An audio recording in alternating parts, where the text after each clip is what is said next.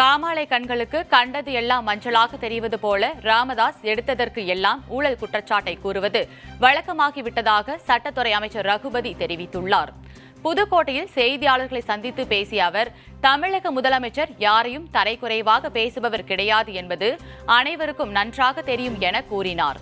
மேலும் காமாலை கண்களுக்கு கண்டது எல்லாம் மஞ்சளாக தெரியும் என்பதை போல் ராமதாஸ் எதற்கு எடுத்தாலும் ஊழல் குற்றச்சாட்டை கூறுவது அவருக்கு கலையாக இருக்கிறது தவிர அவருக்கு வேலை எதுவும் கிடையாது என தெரிவித்தார்.